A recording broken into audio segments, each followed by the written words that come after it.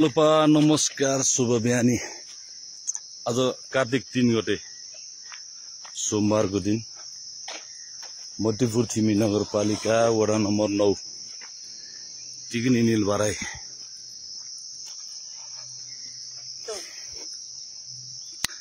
दशौंदेखि भुच्य पहिरो लगायतको जोखिम भएको यस क्षेत्रमा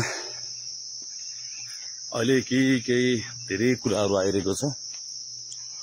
नितान्त आज म व्यक्तिगत कुरा केही गर्न गइरहेको छु।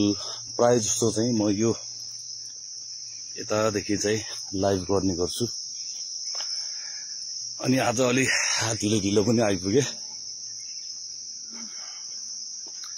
बिहान निकुसेरामै अलिकति हल्का रूपले व्यस्त थिए। अब यो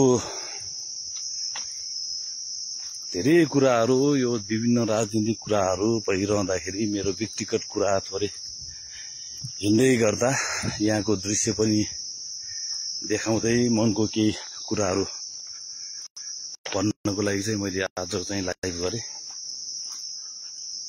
नीलबाराई प्रति चाहिँ मेरो मात्र होइन होला, धेरैजनाको सानो बेलादेखि नै धार्मिक आस्था नै नभए पनि धेरै प्रकारको आस्था रहेको छ। विशेष त म बच्चा बेलामा चाहिँ शनिबारको दिन एक दिनको लागि चाहिँ नीलबाराईलाई नै समर्पित जस्तो थियो। जुन बेला कुनै कुरा थाहा थिएन, भाषा एउटा आफ्नो थाहा थियो, अरू सांस्कृतिक धार्मिक ऐतिहासिक कुराहरू थाहा नहुँदा पनि शनिबारको बिदाको दिन चाहिँ नीलबाराई नै आउनुपर्छ भन्ने एउटा चाहिँ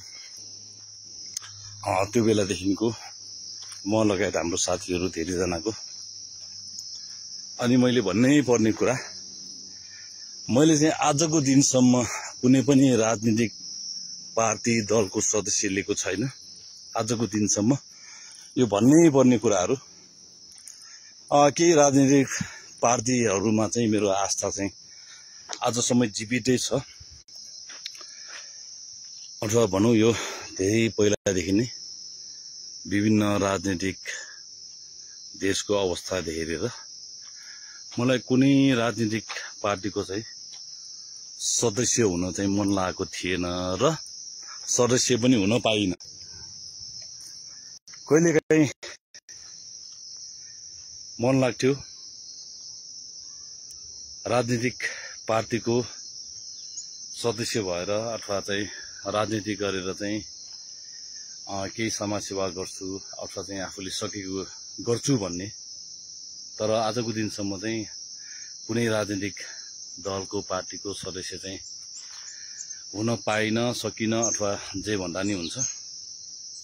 र धेरै वर्षदेखिको यो नीलबाराई क्षेत्रमा बच्चा बेलादेखिको एउटा छुट्टै प्रकारको आस्थाको कारणले पनि यहाँ गइरहेको पहिरो भुच्चे निधन गर्नुपर्छ नीलबाराईमा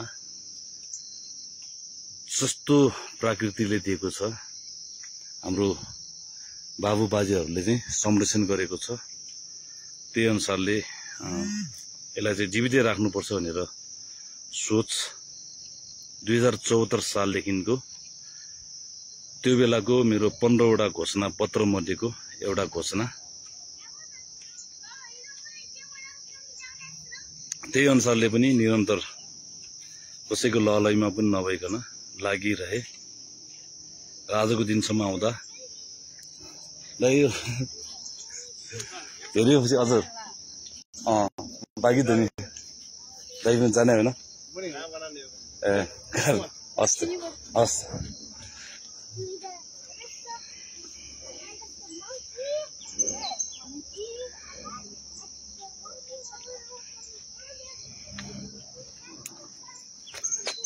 र अहिले यहाँ एउटा कन्ट्रोभर्सी चलिरहेको छ, जुङ्गाको लडाईँ भइरहेको छ, विभिन्न कुराहरू अक्रम बक्रम होइन।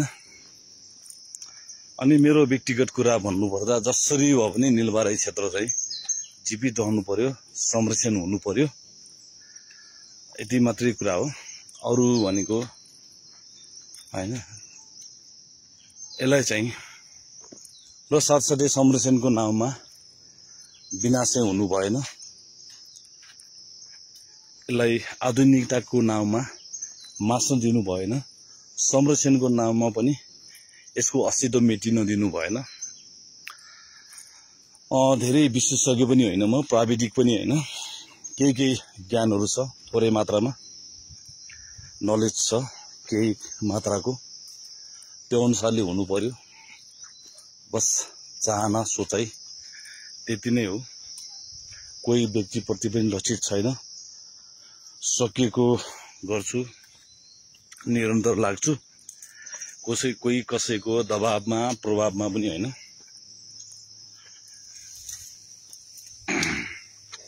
र धेरै वर्षपछि यो बाटो खुल्दाखेरि म मात्र होइन, धेरैलाई खुसी र आफ्नो अस्तित्व, आफ्नो जुन पूजा मार्गमा हिँड्दाखेरिको सायद खुसी नहुने कमै होलान्।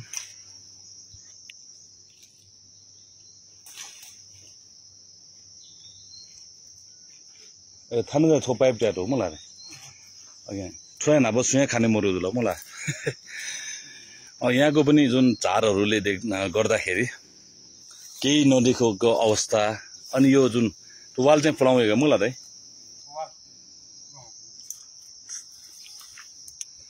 यो पुरानो वाल, यो चाहिँ झारीले एउटा छोपिरहेको, र झारीहरूले गर्दा पनि केही संरक्षण भइरहेको। र अहिले यो श्रमदान गर्दाखेरि जे हामीसँग उपलब्ध छ स्रोत साधनको सदुपयोग गरिरहेको अवस्था।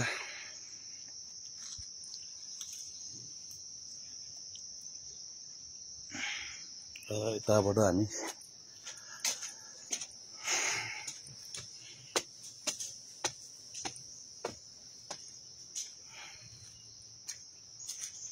यो चाहिँ निलबारे मन्दिर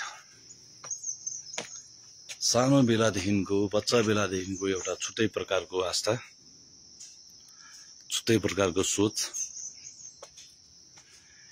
यो निलबारे क्षेत्र संरक्षण गर्नु चाहिँ म चाहिँ हामी सबैको दायित्व जिम्मेवारी ठान्छु। र करिब 25 वर्षभन्दा बढी अनुभव सङ्घालेको यो प्रकृतिलाई जोगाइराख्नु चाहिँ सकेसम्म मेरो छोरा नातिले पनि हेर्न सकोस्, यो संरक्षण भइराकोस् भन्ने मेरो उद्देश्य, चाहना हो। कोही व्यक्तिप्रति लक्षित पनि छैन, कोही व्यक्ति समूह, स्थानीय निकाय लगायत कोही प्रति पनि कुनै ऊ पनि छैन। किनभने म कुनै राजनीतिक व्यक्ति नै होइन। सकेको गर्ने हो, आफ्नो इच्छा अनुसारले, आफ्नो आत्माले चाहेको, खोजेको र आफ्नो बुद्धि विवेकले जे भन्छ, सहीलाई सही, गलतलाई गलत, त्यति नै मात्र उद्देश्य, लक्ष्य हो। र आज कुकुर तिहारको पनि शुभकामना। सोन्टी नखको सम्पूर्णलाई भेन्टुना। र सुरुदेखि मैले भन्दै आएको मेरो व्यक्तिगत कुरा, कोही कसैले तिर्खा लागेको बेलामा थोरै पानी पिउन दियो भन्दैमा उसको सबै गल्ती अपराधहरूमा साथ सहयोग गर्नुपर्छ भन्ने चाहिँ छैन। कुनै बेला सही पनि गलत अर्थ लाग्न सक्ला, र कुनै बेला गलतलाई पनि सही अर्थ लाग्न सक्छ। मेरो नितान्त व्यक्तिगत कुराहरू थोरै मात्रामा मैले चाहिँ बिहानको समयमा निलबारे आउँदाखेरि मैले थोरै कुरा राख्न चाहे।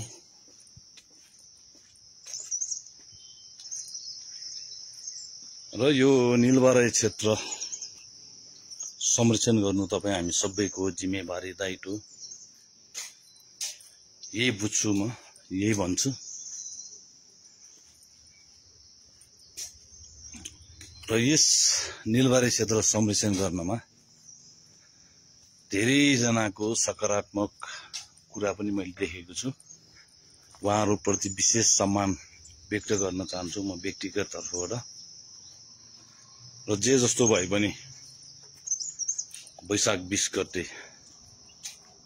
भक्त भेला गर्दै जेठ 3 गतेबाट जनस्तरबाट भइरहेको श्रमदान, जसमा चाहिँ 60-70,000 जना भन्दा बढी श्रमदाता भक्तजनज्यूहरूले श्रमदान गर्नुभयो। हजारौं जनाले आर्थिक, भौतिक, नैतिक लगायत धेरै प्रकारको सहयोग गर्नुभयो। विभिन्न मिडियाकर्मीले आफ्नो तरिकाबाट सकारात्मक समाचार सम्प्रेषण गर्नुभयो। नीलबारी क्षेत्रमा प्रत्यक्ष अप्रत्यक्ष रूपमा धेरैजनाले साथ सहयोग गर्नुभयो। सम्पूर्णलाई म व्यक्तिगत तर्फबाट पनि उहाँहरूप्रति धन्यवाद, हार्दिक कृतज्ञता व्यक्त गर्न चाहन्छु। र यो हाम्रो आस्थाको धरोहर मासिन मिचिन जोगाउन हामी सम्पूर्ण हामी ऐक्यबद्ध हुनुपर्छ भन्ने मेरो चाहना हो, मेरो लक्ष्य हो संरक्षण गर्नु। र यसलाई भावी पुस्ताले पनि चिनिराख्नको लागि यो संरक्षण हुनु अति आवश्यक छ।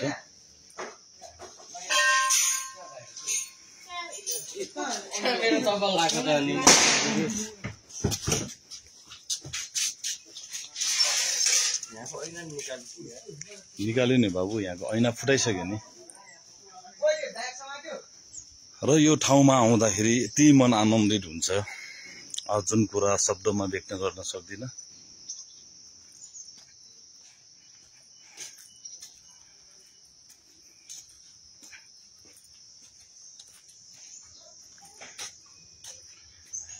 विभिन्न व्यक्तिले विभिन्न लान्छना लगाए पनि, आरोप लगाए पनि उहाँहरूको विवेकले भ्याएको म भन्ने गर्छु। मेरो विवेकले यही भन्छ कि जसको जति विवेक छ त्यति नै बुझ्ने हो। आफ्नो विवेकभन्दा माथि सायद सकिँदैन। सम्पूर्णको जे होस्